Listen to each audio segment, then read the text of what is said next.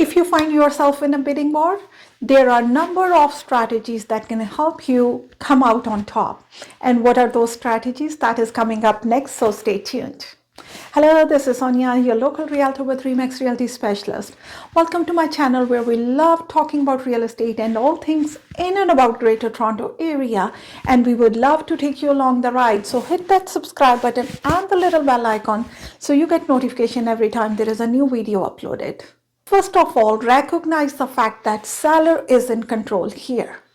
If you want the house, accept this fact and plan to make yourself as flexible to their demands as possible.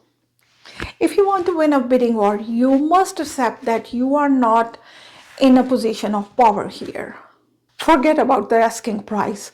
For the most part, the highest price usually wins the bidding war. The reality check is the asking price on the MLS listing system is almost irrelevant. How much a property is worth does not depend how much the seller wants to get for it, or how much money the seller has put into the property, or how much the realtor thinks that they can get for the property. The only thing that matters is how much someone is willing to pay for that property. So don't get attached to the asking price on the MLS listing system. It is often a fairly arbitrary price. Instead of planning to not pay a cent over the asking price, focus on determining the true value of that property in the market. Then factor in your personal needs and your budget. Of course, an experienced realtor is invaluable in this part of the process. Don't get caught up in a bidding war at all costs. Have a budget and stick to it. The last thing you want to do is overpay for a property, and your lender, and let's face it, your lender is the owner of your property, will want to ensure that you have paid a fair price for the property. These days, lenders are requiring property appraisals before they give a mortgage, meaning that they want to approve the X amount of money for a particular address, especially if you have paid more than the asking price. If your life circumstances change and you suddenly need to sell in the short term, having paid fair market value will go a long way to reducing any potential losses. If you want to know more about the appraisals, watch my video where I talk everything about the appraisals and what to do if your appraisal does come short. Think of the monthly money involved than the big numbers. It is easier to digest $20 a month rather than $2,000 a month. As you work through your offer price options, make sure to do the math. Factor in how much a higher price will affect you on a month-to-month basis. Buying a house is a long-term commitment, so be prepared. Often there are no second chances in a bidding war, and there are no usual back and forth negotiations. Your first offer is often your last, so make it a good one. Go in with a strong offer, but don't go overboard. Don't get emotionally attached to the property. I know easier said than done, but the reality of every bidding war is that there is only one winner. And of course, outcomes are hard to predict, and the only way you can guarantee to win an offer is to overpay for that property, which I will never recommend or suggest. The best thing you can do is reduce the seller's risk in picking your offer.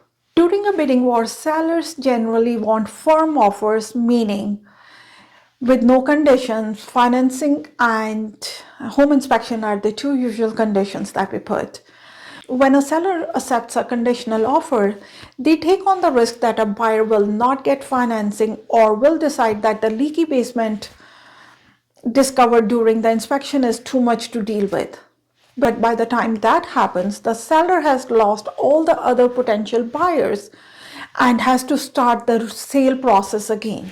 Put yourself in their shoes and see if you will take that risk. The best way to reduce the seller's risk is to enter a bidding war with as few as possible or no conditions. Mitigate your risk by taking care of business before the offer. What that means is if you're planning to have a financing condition in your offer, talk to your bank and get their okay before you make an offer. And if you were planning to doing a home inspection, and I personally always recommend doing a home inspection, even if it's a newer property or an older property, then suck up the $500 cost and have the home inspection done before the offer date. So that way you can meet the seller's desire to have a firm or no condition offer and still protect your interest. Some sellers hoping for multiple offers will perform their own home inspection in advance of listing their house for sale and make it available to potential buyers. While this may contain extremely useful information about a house, but I would advise to be wary of relying on it, as it was performed by a seller after all. Be ready with a deposit. Real estate deals become legally binding when a deposit check is provided in trust to the listing brokerage, an amount usually at least 5% of the price of the property, which then forms part of your down payment. Having a certified check or a draft ready on the day of the offer is yet another way to reduce the seller's risk and increase your chances of winning the house. In a hot market, you should always have enough cash or liquid assets available for a deposit check.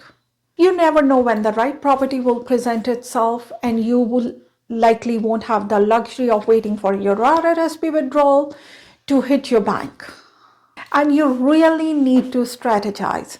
From choosing your timing to the actual offer presentation, there are lots of ways to play the bidding war games. Each situation is different, and an experienced and strategic realtor can make the difference between getting the house of your dreams. Bidding wars are a stressful reality of the Toronto real estate market, but with the right knowledge and partners, you can come on top. Knowing the strategies that can help you win a bidding war will go a long way to get the house you want. Thanks for watching, and don't forget to join me next week. Until then, stay happy and stay safe.